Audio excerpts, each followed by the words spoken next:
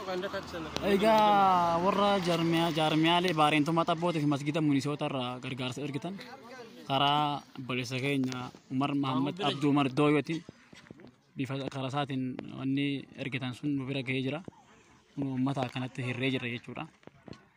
Egaa uummata keenya kun kana xaayii malkaa jissaa dildil guddaa gadi jiran har'a bifa kanaatiin akkanatti kennee jira jechuudha. Uummanni fudhate kun wayisinii jedhu barbaada du'aa isinii godha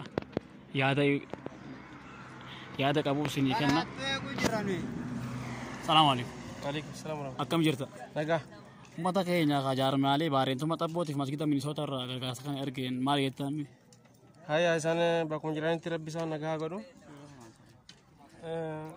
Erga isaan nu godhan kan immoo kan kabajame akka isaan kabajanii nu erganittinis kabajaan irraa fudhannee jirra. Kanumaafuu galatooma jennaan. Ati hoo maal jettame uummata kanaan uummata nuuf jecha kun waan kana yaadanii uummata keenya rakkataa keenya kana kanatti gargaarra jedhanii maraba. Ati hoo maal jettame? Ani wanni jiru rabbiin isaan bira haa jiraatu. Nu gargaarani rabbi sana gargaaru. Amiin amiin. Yeroo nagaa rabbi sana jiraachisu. Amiin amiin. Akkasitti gaabdooma goonaaf rabbi sana jiraachisu. Hayyee isinii jiraadha rabbi rakkina keessa nu baasu hundumaa. Muusaa ati hoo maal jettame? Haya bogaati uummanni kun gargaarsa nu godhee jira. Gargaarsa isaanii kan ammoo namni biroodhaa kan nu godhee hin jiru isaan waan qunqunate. Kanaafuu galatoomaa jennaan isaanis bakkuma jiranitti. Egaa yeroo hundaas isaan nu biraa hin fagaatin isaan irraa hin fagaannu ormummaan isaanitti dhagamtee biyya isaan irraa nutti erguun isaanii kuni baay'ee galatoomfannaa jenna. Marabaatis galatoom.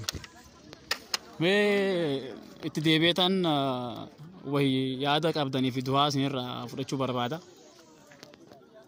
Salaamu alaikum. Wa alaikum salaam wa rahmatullahi wa barakatuhu. In maan keenya kana rabbiin isaan haa jiraachisu. Amiin. Akka nu hin gammanne rabbi isaan haa gammachiisu. Amiin amiin.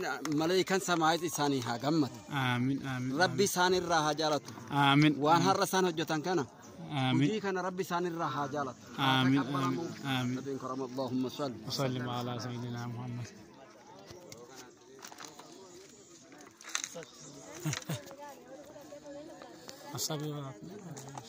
Assalamu alaikum. Waalaikum salaam wa rahmatullahi. Baleessa keenya sanaalidha warra jaarmiyaalee baareentummaa xabbootii fi masgida minisootarraa gargaarsa keenya nu ergan kana uummata kana maal jettame yaada qabdu fi. Maashaallah rabbiin isaan haa jiraachisu. Bakka jiranitti rabbiin nagaa isaan haa godhu. Achuma taa'anii nu qunqunatuun isaanii baay'ee nama gammachiisa baay'ee gammannee jirra. Waan kan nu biraan ga'u isaanii gaati alhamdulillah gammannee jirra. Rabbiin isaan haa jiraachisu. Rabbiin immoo waan isaan nu yaadanii nu kennan gamta nu kennaniif rabbiin immoo isaaniif baay'ee haa kennuufi baay'ee haa galatoomanii jazakallah khair. Amiin. Sachoon. Ayya deebi'ee dhufeetan jira.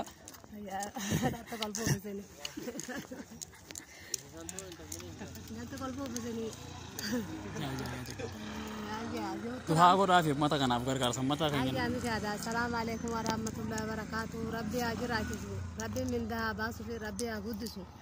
Waan nu erganii jiran nu bira gahee jira. Ayya rabbiin guddaa isaanii haa kennu darajaa guddaa haa kennuu fi barakaa rabbi haa godhu. Rabbiin karaa mabbaa musalli.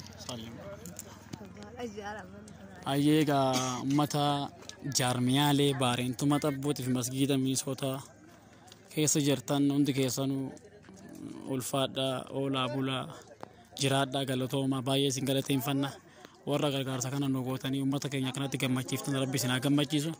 Baleessa keenyas qabsaa keenya umarra xabduudhaa kan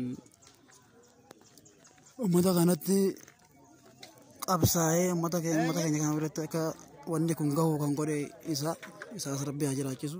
Hunda keessanuu baay'ee isin jaalannaa baay'ee isin kabajnaa jiraadhaa oolaa bulaa ulfaadhaa galatoomaa jira.